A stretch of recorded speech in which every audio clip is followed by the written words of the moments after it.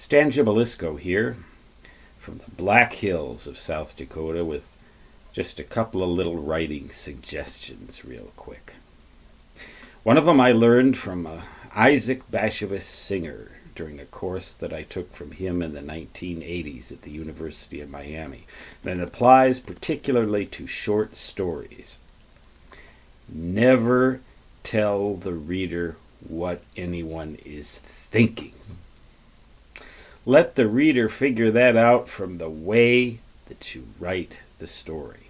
Don't tell them, he thought it was a beautiful day.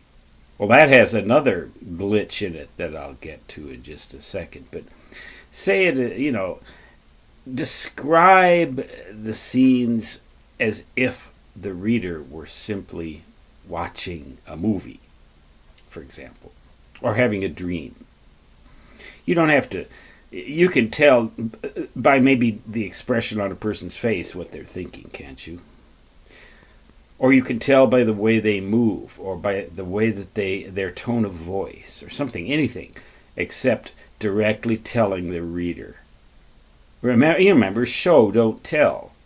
But that was one of the things he said, and I remember the way he said it in his accent as he sat up in front of the class, sipping orange juice through a straw. He said, "Never say what anyone is thinking." Okay? That is suggestion number one.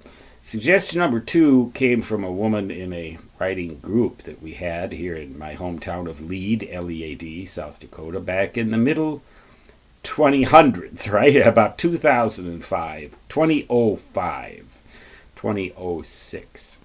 You don't say 1906. Maybe you wouldn't have said it then. You said 1906. 1906. Okay, 2006. We had this little writers group, and I was the facilitator to the extent that I unlocked the door at the beginning of it and locked it at the end, and had the key to the place. But what she said was, try to avoid using the word was. And I think what she was trying to say was use an active voice, not a passive voice.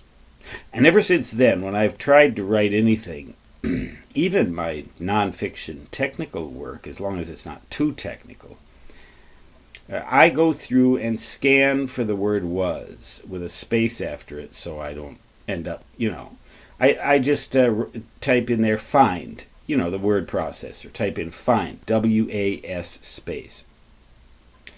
And I look at each and every instance of the word was that I use and decide whether or not I can say it some other way. For example, the field was covered with grass. Instead say, grass covered the field. It sounds more active. It has more impact. And even in some technical work, that often will apply. Even in quasi-technical work. You can also scan for is, I-S space. Or be, B-E space, to be. So that, and there are times when you're going to need to use words like that. But if you can minimize your use of them, make the writing come alive more, instead of saying, the sky was the most beautiful blue he had ever seen. Say instead, never before had he seen such a beautiful blue sky. Has just a little bit more oomph, don't you think? So those are my two suggestions, particularly for short story writers. Never tell the reader what anybody is thinking. Let the reader figure that out from the way that you portray the story. And secondly, do a was scan, an is scan, and a be scan, B-E, with spaces after them, and decide in each instance whether or not there's a more powerful way that you can render that sentence. Stan Gibilisco signing off from the attic of my house in the Black Hills of South Dakota, which I sometimes call the Nerd Castle penthouse.